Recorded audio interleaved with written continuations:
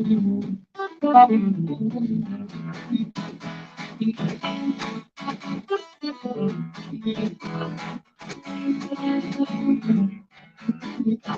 you go. There you go. The auto, like the noise cancellation on your phones cracks me up with your guitar because it's Oh, well, that's awesome. After how many years now you're telling me about this? That's good to know. Information could have been useful yesterday. Better, man. Guys, it is 5 o'clock. Time for a little after hours real estate. Chris Pesek here, broker associate at Pesek Properties in Dripping Springs, Texas.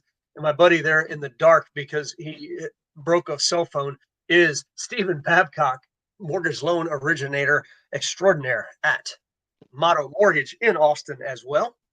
Bud, what's going on? How's it going, brother? You know, I just realized I could probably get to a better vantage point here with some natural lights. But you know, I'm doing all right. I was parking the RV, so already, you know, boohoo me. And the cell phone dropped out of my pocket and landed on a rock. When I picked it up, it was orange and blinking different colors at me, and had turned into like that almost like an ink blotch. Had like you know, it's broken. Rorschach. Yeah, it's broken. So Yikes. Here I am. There you are. Hey, it looks good though. I mean, this old cell phone looks good. Guys, what we typically do here is first of all, we talk about what we're drinking, and then we jump into a little bit of an article that we've been talking about this week and kind of give you our thoughts, but you know, from a real estate and a mortgage perspective. So that's what the show is all about. Man, you're like doing side flips and stuff. What am I doing here? I'm messing around. Okay, I think that's good. We can do that. Okay, so what are you drinking? Man, please don't read that whole article today. I read the whole thing with my kid interrupting me and was like, this is a long article and it's boring. Today I am drinking Love Street. Little Love Street Blonde. Great local beer. No, it's a good article. It's just the whole thing makes me angry. It does, but that's why we're going to do it. I am still on the sparkling water bandwagon. This is local sparkling water from HEB. Cheers. Yeah, exactly. You're the one that's drinking. So man, yeah, we're gonna jump into it. Like I said, we're gonna be a little bit quick, but the way that I've got this, it's got 7 major parts, man. So I'm just gonna read through each one, and then I'll ask your thoughts on it, stuff like that. Because here's the thing, guys. Actually, before I go into that, let me read kind of the preamble here as we're going into it, and then I'll set the stage for you, because this is all about the NAR lawsuit and the settlement and the stuff that went into effect in August 17th. But the crazy thing is the lawsuit's not even settled at this point, so we don't know if any of this stuff is going to stay. We don't know what's going to happen. So at this point, it's just all like maybe, but real estate is telling us that this is what we've got to do. And this is from the Washington Post this past week. Said real estate contracts have always been complicated, but now home buyers are required to sign agreements with their agents that specify the fees and services before the search begins. Result of a landmark $418 million settlement with National Association of Realtors that upended traditional commission structure. Okay, I'm not going to start yet. These documents can be confusing. Some are rife with language that could end up being that could seriously cost buyers. Consumer advocates have already raised concerns that contracts or buyer representation agreements can be long, dense, and even deceptive. New rules, which kicked in August 17th, are already affecting deals once the settlement was announced back in March. According to this, have had an initial effect, modestly lowering fees. Average commission per agent was 2.55 in July, down from 2.62 in January, according to a Redfin report. One of the biggest challenges or changes is that sellers no longer are on the hook for paying commissions on both sides. This also means that the onus is on the buyer to negotiate ahead of the search from what they want from their agent, blah, blah, blah. I'm not going to read the rest of that. Here's the thing, guys. In Texas, well, first of all, your fees, what you're paying to a realtor, have always been negotiable. They've always been negotiable. In some states, it was not in specific language, like it has been in Texas since I became an agent in 2011. but they've always been negotiable, and they've always been in the contract. It's been plain language for us. And so all of this stuff is really, really weird when you come at it from that perspective. I mean, I don't know. Thoughts on just the first start there? I hate all of this. I know that if your perspective is from the buyer only, and that's who I represent, right? Yeah. You see a system that is not exactly fair, right? And okay, let's flip that around. If you're from the seller's perspective, it's not exactly fair, right? Why do I have to pay for everything, right? And so from the outsider looking in, you think, you know what, they're going to do away with it? Great, good, screw them, right? And quite frankly, I kind of understand where you're coming from. But this is a lot like, you bite the nose to spite the face, right? Yeah. Or we're going to, we're going to save you from yourself, kind of stuff. I mean, how do I describe this? Okay, this is another example of like minimum wage, basically, Yeah, where it's over legislation of it sounds really nice. I'm making $7.50 an hour. We're going to raise the minimum wage to, let's just say, $100 an hour, right? that's right. It's Why awesome. stop at 15? Let's just go to Right. 100. So let's raise it to $100 an hour. And man, yeah, I'm finally making big bucks. And then you look around and everyone around you gets fired, right? Right. Because they can't afford to pay that much. And some companies, sure, they could. And those are the ones we use as examples, but the mass majority of them could not. If you know economics in any way, shape, or form, you just wouldn't even go there. It's State of almost the California same just way had a in this, massive layoff based on this exact same thing. So right? yes, your And point it's stands in almost real the life example. and it's almost the exact same thing in this example as well. Well, again, the system wasn't super fair, so at the end of the day, I can poke some holes in it too, and I can see that there should be some changes. Now, should these have been the changes? I don't think so. Probably not, because Well, now but I let's think what let's you're talk doing is, about well, you're harming the consumers, is what you're doing. You're right. Yeah, removing options. Um, Whereas before you had the option to let your money talk for you. Now you can't. And not only that, you could have the people that we used to make fun of, right? Like behind closed doors, the difficult buyers that would take two yeah, and a half years to find a house right. instead of like 3 visits. And you've got these realtors that aren't making a penny for 2.5 years. Well, guess what? Not anymore. Now, if you're a buyer and you're indecisive, you're going to get charged so much damn money. You're not even gonna be able to buy the house. You'll be out of money before you're able to be even find your house. Possibly, But sorry, that was possibly point based number on 7, I think. So why yeah, don't we? yeah. I'll stop getting ahead of myself. But I can't stand it when someone says, "Here, give me your wallet. I'll make sure I take the right choices for you." It's almost always a bad choice. But Yeah. And here we and the are. thing is, and this is what I want to jump into before we even say this. Our agreements with buyers and sellers have been representation agreements with buyers and sellers. Okay. Sellers have never had, at least not I shouldn't say never, in my history in real estate, sellers have never had to pay a buyer's agent. There's always the opportunity for them not to pay a buyer's agent. But if you're trying to sell your house, you might want to pay somebody to bring clients through. Might want to do it. I don't know. That's my recommendation to you as a professional, Oh, well, but it's hey, it's never been mandatory. you and But I both know, and you might be one of them, but you and I both know realtors that forgot to look at the commission structure on there when they put in an offer for someone and realized at the closing table that they weren't getting a commission. that's right. I've heard of Right. it happening. It wasn't me, but Okay, I was gonna say I don't think you have, but maybe in your no, first year or something, right? I don't know. We all make mistakes, but but yeah, but that's one of those things where they literally they could put down there, we'll pay 3% commission to the seller and 0 to the buyer, and this right, is not a new change for us. For years you've been able to do this, yeah. and I know realtors that just didn't look. They assumed they get their 3%, they didn't.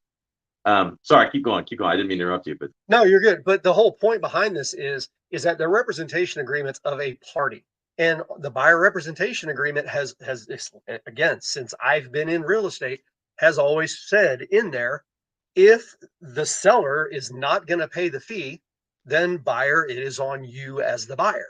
Okay. But it's always been in plain language. It's been right there. But the most important thing is that as an agent, I could go into the MLS and I could look and I could see, oh, they're doing a 2% realtor commission. They're doing 1.5. They're doing 2.5.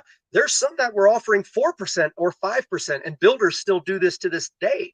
So the commissions have been all over the place. why would But it's someone do always that, been, Chris? what's that? Why would someone do that, Chris? Well, to incentivize a realtor to bring their clients through to buy a friggin' house. But under these new rules, will it incentivize a realtor to bring someone through the house? Uh, maybe. In fact, from the arguments and the language I've been hearing, it might actually discourage a realtor from showing a home because they don't want to be perceived as only showing homes to get lots of money, which is really what this whole suit is about. Yeah. So right now, if you're a seller and you've got to sell, man, I'll give them the kitchen sink, everything. I'll offer 20% incentives. You really can't do, but no. Right. The point is, at the end of the day, I'll give anything away, right? Well, it doesn't matter anymore. Doesn't matter anymore That's right. because under this new situation, your desperateness should matter no less than someone who's doing it normally next to you that is not desperate. They're both Yeah. the same home, and we don't want to put any undue burden on anyone. And so your desperateness means nothing to us. And quite frankly, so like right now, you have listing agents who are being told, no, we're not going to pay anything, right? I'm a listing agent. I'm going to list your house, and the sellers are like, no, we're not going to pay a thing. Buyers have to come up with everything. Screw them. Okay. Yep. Well, now you've got a whole bunch of other realtors that are not showing that house, and their brokers are being called out for it online. Hey, you're not showing our houses, and it's all because your agents aren't getting a commission, but they're supposed to, and they're threatening lawsuits to have these homes be shown, even though the realtors won't get paid for it. Well, yeah, we can see it in that direction, but what about the seller who's desperate to sell that wants to try to incentivize people to buy their place? Now they're punished as well through this situation, and it drives me nuts. You're taking away choice from the consumers just to make it fair for everyone, when in the reality is, as long as you can read, it was fair. And Right. but here's the thing, and this is where it drives me up the wall for that seller that's like, no, I'm not paying anybody. Okay, that's fine. That's your prerogative. Okay, that's great. You can do that. As a realtor, I have to let my buyer know, hey, Mr. Buyer, by the way, you and I have agreed to 15% commission. That's what you're going to pay me, and you agreed to pay that. But Or the whatever it seller is. Yeah. yeah, Not going to it be doesn't matter. 15%, but yeah. Make an X minus 5 Hey, number out say of there. three. Say three. You Yeah. agreed to 3%. Go. Say three. That's normal. Well, yeah, it's not normal. There's nothing that's normal. But Oh, shut up. You know it's normal. So we 3%. agreed to a number, and Even the article says it's 2.5. So fine. Let's use that okay, then. It's 2.5. 2.5%. Well, we agreed to a number, Mr. Buyer. Just so you know, I'm more than happy to take you and show you this house, but this seller is not willing to pay any of my commission. So just so you know, if you like this house and you want to buy this house, you're going to come out of pocket cash. And guess who's not going to finance that commission? That guy. I can't do it. In the state of Texas, it cannot be done. That's right. And so that's why I'm saying it's not, Mr. Seller, you can get pissed off all you want, but it's not my call. You did it to my buyer. You know what, man? I have trouble saying what I just said because laws in lending change so much and new products come out so many times. Last I checked, in Texas, it can't be done. I'm sorry to interrupt. I just wanted to get that little distinction out there. Because my buyer, by the way, is a first-time home buyer, a single mom of 4, has got a down payment assistance program, and is literally walking to the closing table with the only $2,000 that she has in her name. And now she's got to be expected to pay my commission as well. Because guess what? As much as I love her, I've got a wife. I've got bills that have to be paid. I don't do this out of charity. I can't do it. Maybe I should do it. Well, how about she wants to get out of the contract and cancel the contract? Yeah. Well, hold on now. Wait, there's a fee for that now too. Now you got to pay me if you cancel the contract? Yep. Well, I know people that cancel contracts throughout the year 9, 10, 11, 12 times before they close on a house. So are those people going to have to pay $2,000, $3,000, $4,000 every single time they cancel a contract? Possibly. Oh my God. Are you telling me you might have to spend $40,000 over 10 canceled contracts in a year just as a buyer? Oh my God. Is that fair too? Is that better for everyone? Should we get into the article? I read the whole thing, man. It pissed me off. It made me so angry. Guys, it's almost go ahead. We do want your feedback on this. And Steve and I have talked about this on the show before. We want your feedback here. But let's get into the article. Let's get you really, really worked up and pissed. Number one, commissions. Commissions are fees, agent. Well, actually, we can't say that anymore. We have to say compensation. It's not commissions. Are the fees agents get when a sale closes. Under the old system, the commission for both sides paid entirely by the seller, typically totaled 5 to 6% of the sales price. Now sellers must decide whether to offer compensation to a buyer's agent in addition to their own agent, and buyers must decide what type of payment, such as a flat fee or percentage of commission, to offer their agent and what specific services they want. What home buyers should look out for in this case? Some consumer advocates suggest buyers should push for a flat fee based on their housing budget and make sure they fill out commission field on any contract they agree to. Realtor groups also emphasize that both payment and expectations should be clearly spelled out up front between buyer and agent. The consumer can decide what services they want from their real estate professional, what they're willing to pay for. NAR said it's just a matter of how much help you want. And how do you utilize that expertise? Housing prices have soared in recent years, which means commissions, which are typically pegged to the sales prices, have grown in dollar value as well. Paying a flat fee for a specific service could save money if prospective buyers are willing to handle much of the search themselves. Okay, so you want to go first? Here's the biggest problem with this. Here's my biggest problem with this. Yes, as a buyer, you can go out and you can find an agent who will probably represent you for $500 or $1,000. More than likely, you will be able to find that if you look hard enough. They already have them. Cut rate brokerages have been around since the dawn of time. 1% listing brokerages, $1,000 listing brokerage. They've been around. I know one. If you need a record, yeah, I got one. There you go. And I may need it somewhere. But in the real world, you know what?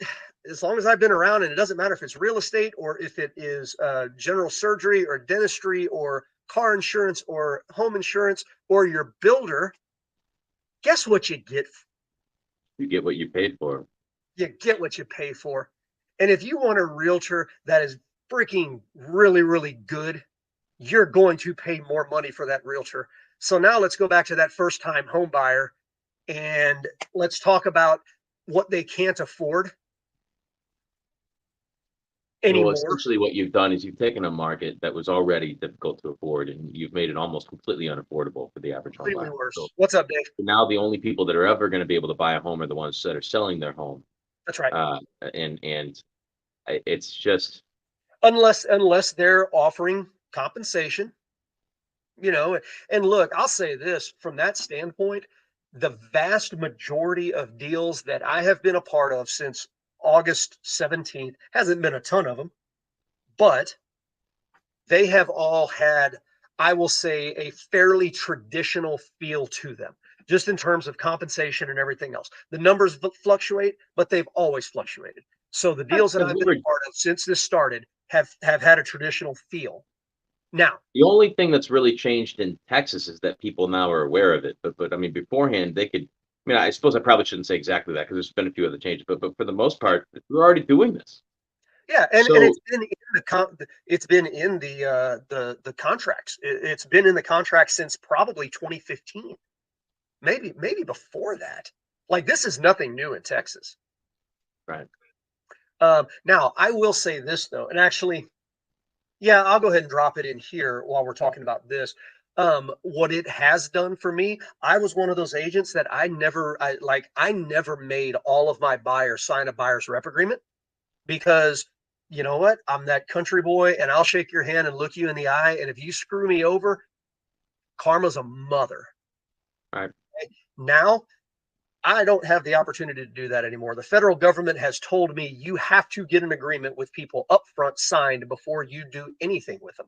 Well, they're controlling your language too. You can't even call it a commission anymore. That's right. You got to call it compensation. Heaven forbid you discuss your commission in the master bedroom. Yeah, right. Exactly. You can't call it a master bedroom either for those that are you know primary over the age of 20. Anyway, moving along. Number 2, additional fees. This gets you fired up. Contracts can include extra fees on top of a compensation agreement, such as administrative transaction or retainer fees. While they aren't new, this is not new. We could do this all along. Buyers need to be aware of agreeing to those fees in the upfront agreements.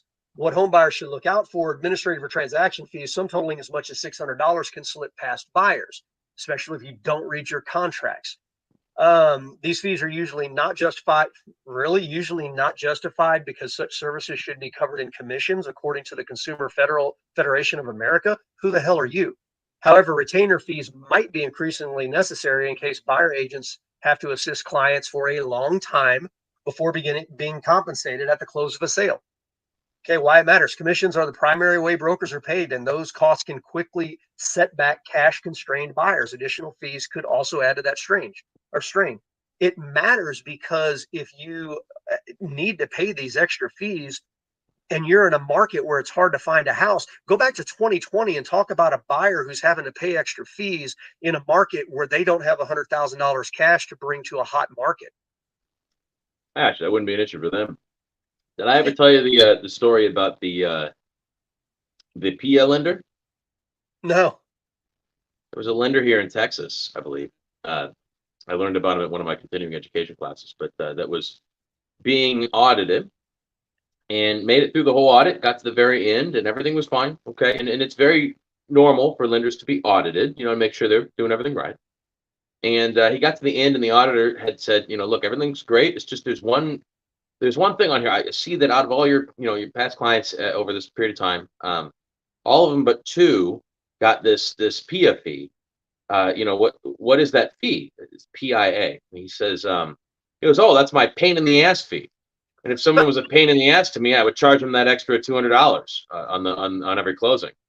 And dude spent like 10 years in jail for charging a PIA fee because that's not an acceptable fee. Right. So people think that we're not regulated. I mean, before this, we weren't regulated. I mean, you're highly mistaken.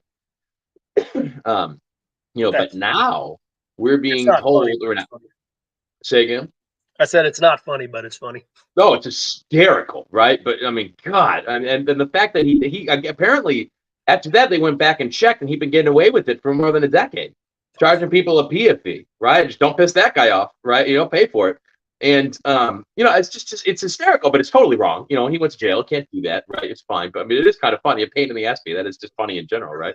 Those should be completely legal in every industry. I guess the point is that this thing that was so illegal is now being asked for in real estate, right? So now it's like, well, we can't really do the flat rate thing anymore. So let's make up a bunch of charges, and everyone will be different. So you get to value about a billion different options, and make sure you read the fine print because we're gonna screw you. And there's no regulation on it. Are you kidding me? Is this supposed to actually help people? I mean, it's just.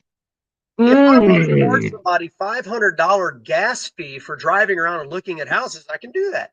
I mean, this is like, no matter what side of the aisle you're on, this is like wishing there'd be no guns, right? Well, then you go over to China where there are no guns, and they have huge protests against knives because some psycho got a knife and starts, stabbing people in the street, and then 40 people die, and now we have to ban cutlery. So there's a huge movement over in China to ban cutlery, right? Well, is the issue, the prime 5-star chef? Was he the issue? No, it's the psycho with the knife is the issue, right? I can't stand lawsuits that end up like this because it just hurts the consumer, right? Like in 2013 when FHA's rules got redone, and everyone was on board. The government wants to fix it. They start getting involved, and then wouldn't you know it?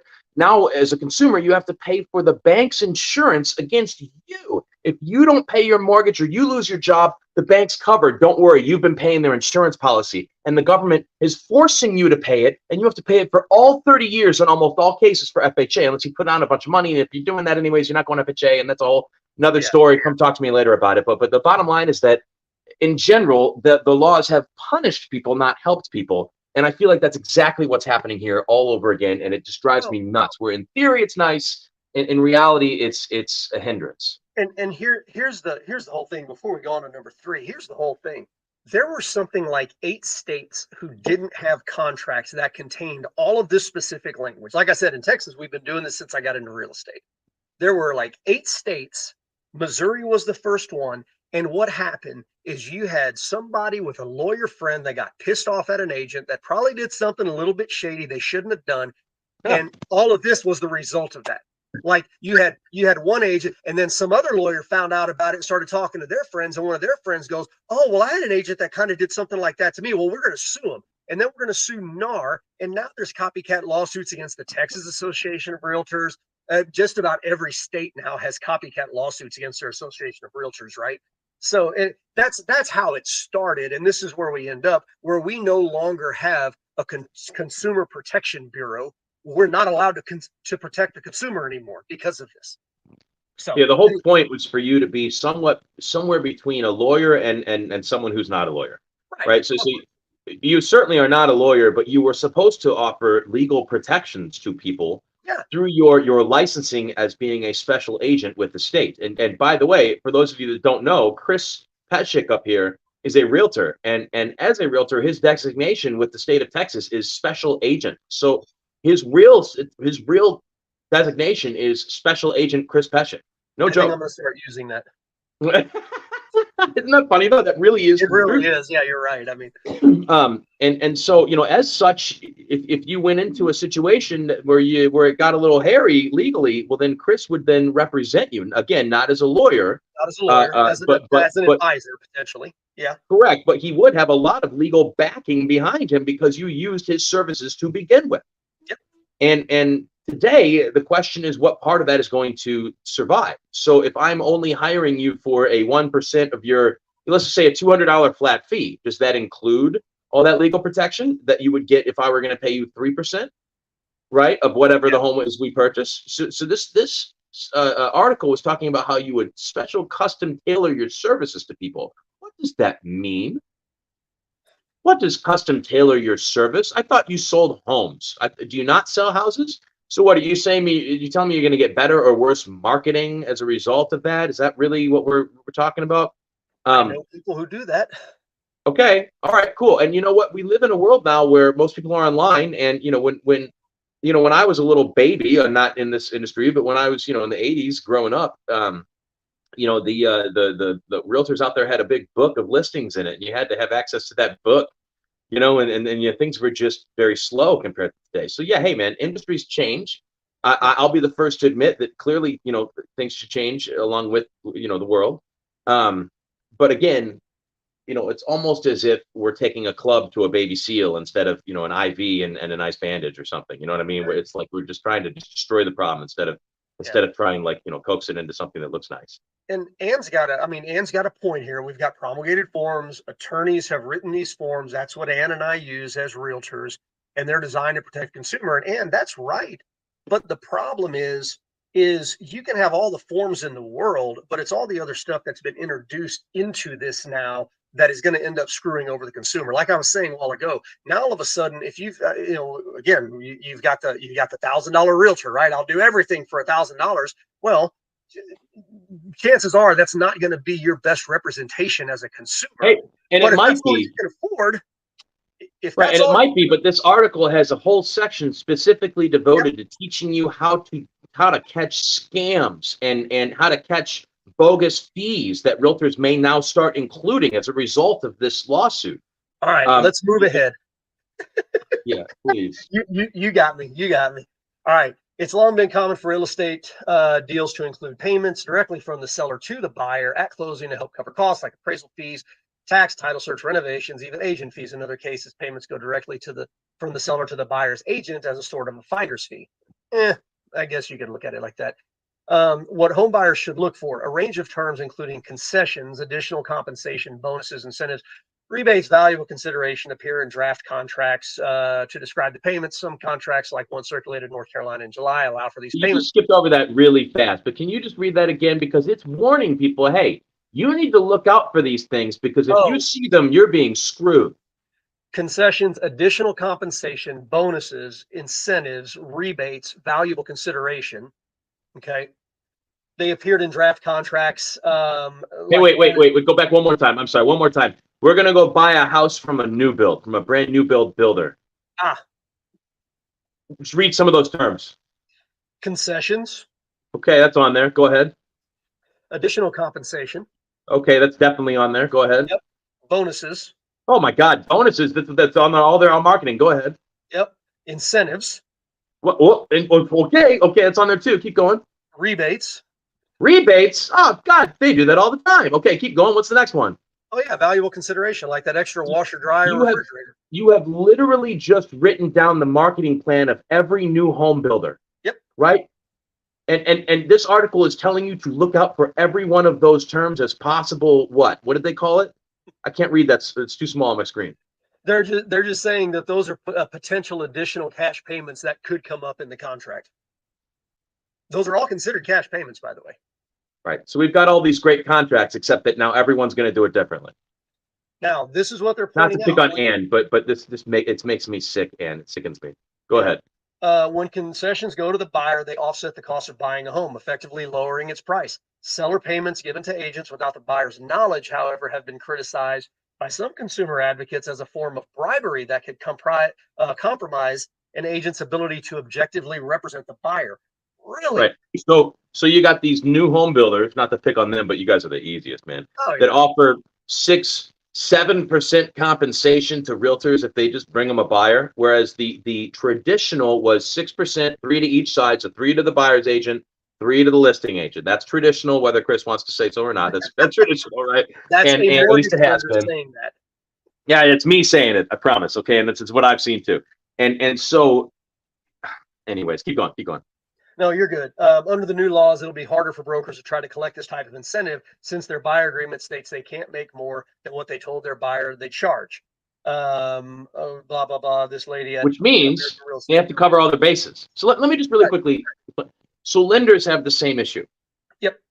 We are told that we cannot charge you any more than one of the first documents that we give you. So we give you this document. It shows you all the charges. And you're like, okay, I'm going to use you. Great. At closing, if I show you any of those same charges and they're higher than they were when we started, yep, I get in big trouble. I just can't do it. Okay, it can't be done.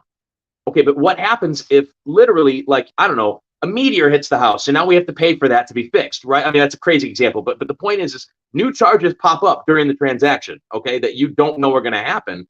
And now I'm not allowed to charge you? That's literally, right. It's illegal. Well, guess who has to pay for it? Right, and guess what I earn? 100% commission. So you're taking my food, man.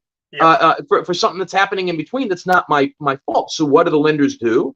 They all start off with a hugely grossed up charge, right? Yep. So like across the board, lenders usually say, yeah, we're going to charge you like $100 for your credit report, right? Well, the credit report is something you're not allowed to make a profit on as a lender. So no matter what, at the end, I'm gonna lower that fee to what I actually paid for it. But if I have to order a supplement for that credit supplement, if I have to order a quick refresh on your score, if I have to order any kind of cleanup whatsoever, it's going to cost money. And if I've already charged you that money, then by the time I get to closing, I can lower it to what I charged you, and then I don't have to eat the charge, right? Well, lenders are highly scrutinized. Realtors they've been given 1/2 of this equation. Yep. You're not allowed to do it, but we're not going to check up on it. That's right. So, I mean, it's dangerous, man. It's really because all it's going to take is a few bad realtors to make this just awful. Oh yeah. But here, and you're going to get tired of me saying this. By the way, in the state of Texas, since 2011, when I got licensed, we've never been allowed to do this. If a builder, you think there's lawsuits now, man? If a builder's going to pay me 6%, I've always had to disclose that to my client. Always. And my clients are usually like, hell yeah, man. I don't know. Is that going to change? Maybe. You know what? Lending needs the same change. In lending, you don't know what the lender's making. Never. That's true. You hardly ever know exactly what the lender's actually making. Know what the title company's making. That too. I mean, you can add it all up, I guess. All right. Conflicts of interest. Here we go. Both NAR, the consumer advocates, say buyers should beware of dual agency agreements. I mean, do I have to go through this? We've never been allowed to do this. Wait, but does everyone know what dual agency is? Explain what dual agency is, because I've got something else that's disgusting to tell you about. Go ahead. I'll read it through. Such as those allowing the buyer's agent to represent other buyers bidding on the same property, or letting an agent represent the buyer and the seller. Having two buyers, never mind. I'm going to keep going. What home buyers should look for. Blanket agreements allowing dual agency could harm both buyers and sellers due to the inherent conflict of interest. According to CFA, if an agent's role as the buyer's representative shifts to a facilitator who works for both the buyer and the seller, the two sides need to discuss and approve. Why it matters. A dual agent may not be seeking the best interests of either. Such a conflict should be diagnosed so that buyers can decide whether to find their own independent agent. Okay, so dual agency. Steven's selling his house and Ann wants to buy his house, and I'm Steven's listing agent, and Ann calls me directly and says, Chris, I really like this house. Would you show it to me? Yes, Ann, I will show you this house. And Ann calls me and says, Chris, I absolutely love that house. I want to buy it. This is my offer. And, now I'm stuck in between Steve and Ann. And she says, hey, do you think that's a good offer when I've explicitly told you you never discuss this number with anyone? I don't want anyone knowing what I want to sell this home for. I'm very private with my information. Now, you're supposed to represent Ann and be her fiduciary, right? So you are now her legal representation, at least for this law, to buy this house, right? And now you got, go ahead. Yeah, I was going to say, again, in the state of Texas, as long as I've been around, that's never been a thing. I cannot do that. That's an intermediary contract. You know what? From what I understand, it can be done, but it's so dangerous that no lawyer would allow it to be done, because just a slip of the tongue can get you sued and lose your license. Yep. But again, you can't. In Texas, that is an intermediary contract. And the brokerage, first of all, you have to ask the buyer, hey, buyer, by the way, this is held by our brokerage. We represent the seller here. We can do a couple of different things.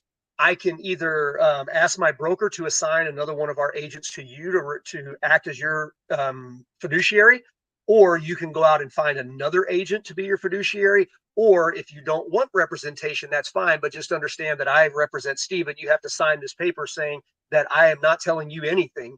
I'm Steven's representative. You're unrepresented. That's what has to happen in the state of Texas. That's not in every state, though. In other states, agents can work both sides. Again, how in the hell that's possible in the year 2024 is beyond. Well, it's certainly not.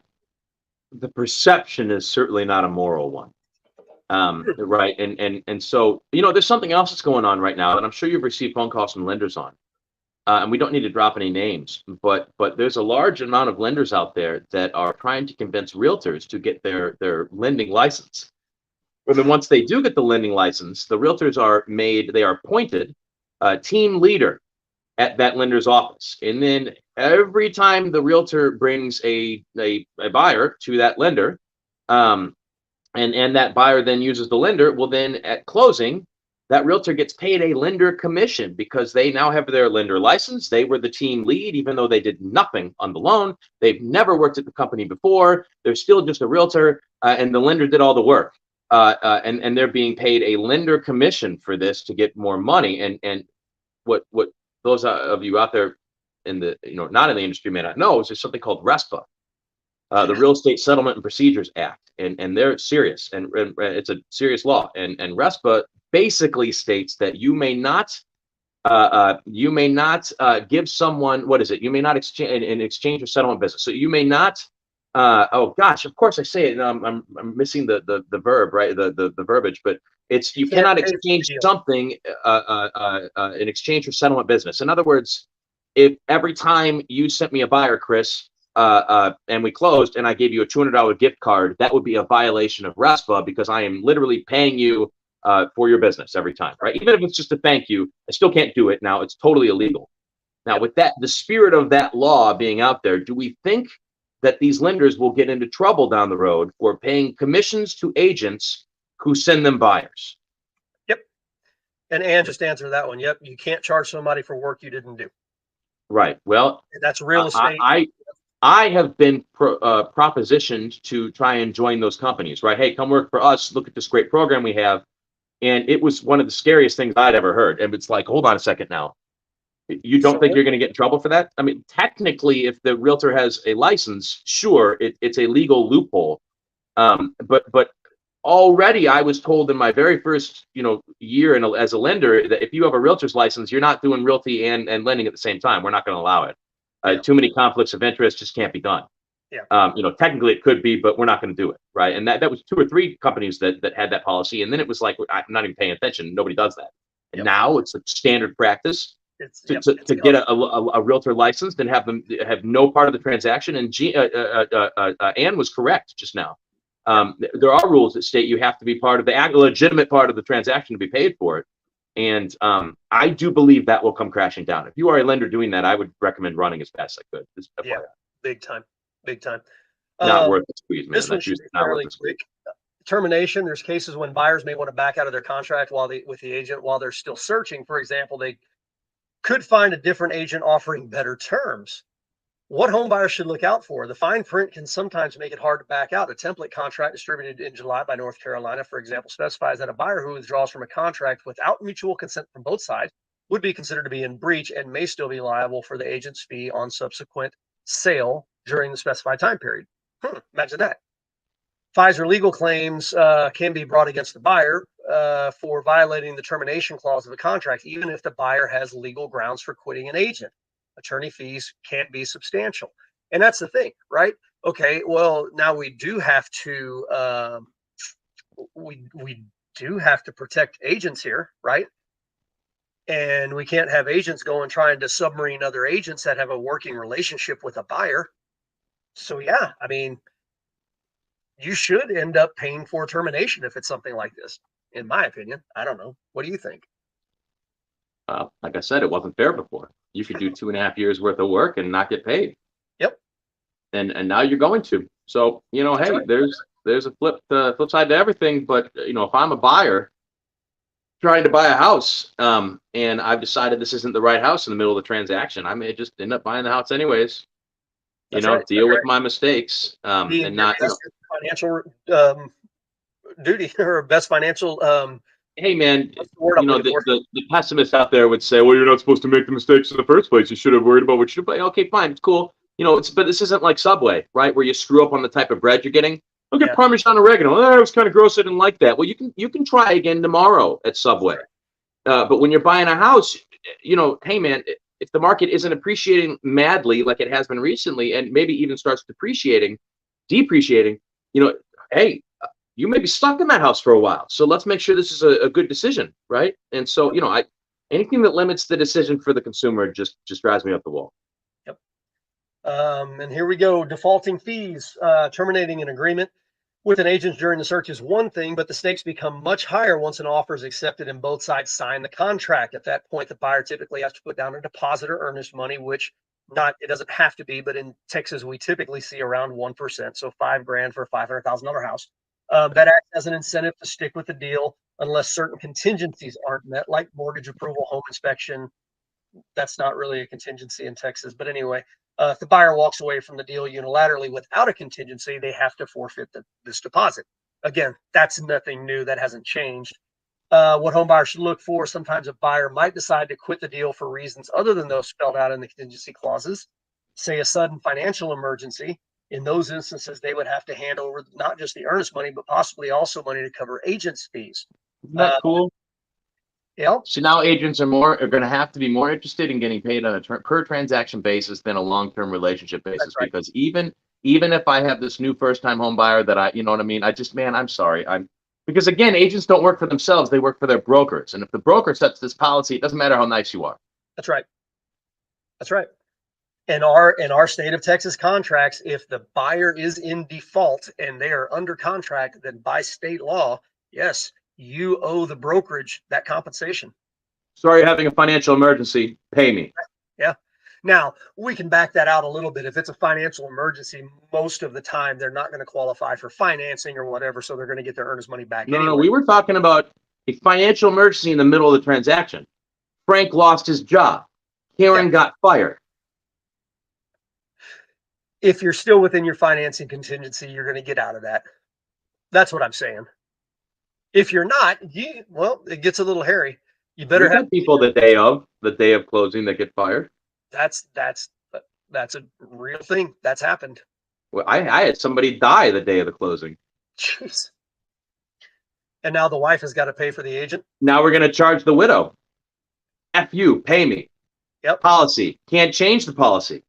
By the way, if I had a special needs, fill in the blank ethnicity person, it doesn't matter.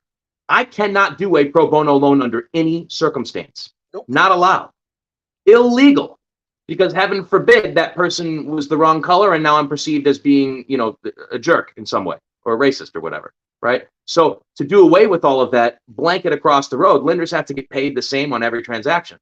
So if your industry right now, you're saying, well, come on, the widow, we're not going to charge her. Okay, fine.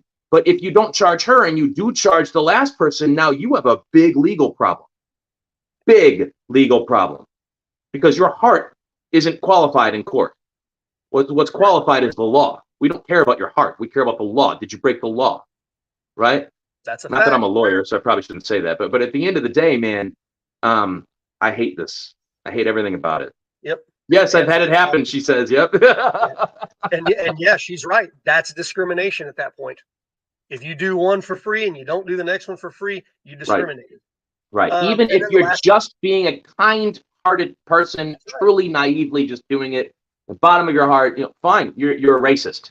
You're that's a right. bigot, racist, homophobe. Get out of here. Go to jail. Yeah, whatever Right. And checkbox there's there, you're going to jail because of that. again, I can't stand the way the laws are set up on that because it punishes nice people. It does. All right, arbitration. Last one here. Some buyer agent contracts may include binding arbitration agreements, which would limit buyers' ability to take a matter to court. That 100% exists in Texas. You have to go to mediation before anything. Any binding arbitration clause that limits a buyer's right to legislate a dispute or caps damages could be risky. I don't think we cap damages. But read that more specifically, because if I read it correctly, what it's saying is if you choose the cheapo cheap package and spend $200 for your flat rate closing instead of your 3%, we might just have you sign something that limits your exposure so that you can't sue us if we do a bad job. Oh, that's a good call. And yeah, Ann's right. It doesn't preclude from suing, but that lawsuit No, doesn't go anywhere until mediation takes place. Yeah. it sure makes you pay a whole lot of a huge amount of money to get to the point where you're going to sue them. Yeah, seriously. The legal loopholes they set there, they then set on fire. And sure, you can still sue us. Just jump through the holes. Jump through the loops or the hoops. Yeah. Both parties in Oregon are giving up the rights to have a matter tried by judge and jury, and notes that the right to appeal is also limited. That's crazy. Yep. Why it matters? Such Guilty until proven agreements innocent. would force consumers to resolve complaints through mediation or arbitration. Consumer advocates recommend trying to resolve small disputes out of court while keeping open the option to sue over larger matters. And I think that's the way most people operate. But again, you got to go through the hoops. And think about it from that perspective too. Like as a consumer, you had a broker that really screwed you over, and it's a cut and dry thing. You should be able to go to court. Okay, well, no, we got to go to mediation, and we got to go to mediation again, and we got to go to mediation again, and we got to keep going up against it. So, I mean, your money, thousands and thousands and thousands of dollars could be tied up indefinitely while you wait on a court date. Hey, man, it's for the consumers. Again, this is good stuff. Well, this hasn't changed. Again, this has been the case in Texas since I started. Yeah, but again, I start off by saying there should be some changes, right? Yeah. I think anybody that's been in the industry long enough would agree. Hey, man, it's not perfect. We certainly have room for improvement, especially with the shift in just the word internet. People don't even use internet. In fact, apparently, if you say I Googled it, like you now fit in like a certain age range because younger kids don't Google anymore. They don't even know what the term means. Like, you kidding me, right? Anyways, so. Yeah. Anyway, that's it. I mean, we've aired our grievances with this. Obviously, as an agent, I've got to abide by it. Yeah. What do I do? I mean, what do I do? Like now I have, and well, it doesn't really change much for me because I've had these conversations with buyers before, and with sellers, but now I have to go through, have the conversation, then explain to them why. Like, let me explain to you why you have to agree to pay my fee up front, and that we won't know if you're actually going to have to pay it or not until maybe we're under contract. Like, just have this extra $30,000 sitting on the sideline just in case. For the consumer. For the consumer, because that's what we're a part of the Consumer Financial Protection Bureau, the CFPB. Yeah, that's a real thing. I don't know what they're doing anymore, but whatever. There you go. Now you know everything that you needed to know about the changes in the laws, because somebody in Missouri got sued because the seller got pissed because he didn't know that he was paying for the buyer's agent to negotiate against him on his own house. That's how this got started, by the way. There you go, my friend. See you next Monday. Until next time, my friend. Guys, if y'all got questions in the meantime, drop them in the comments. We'll answer them. See y'all soon.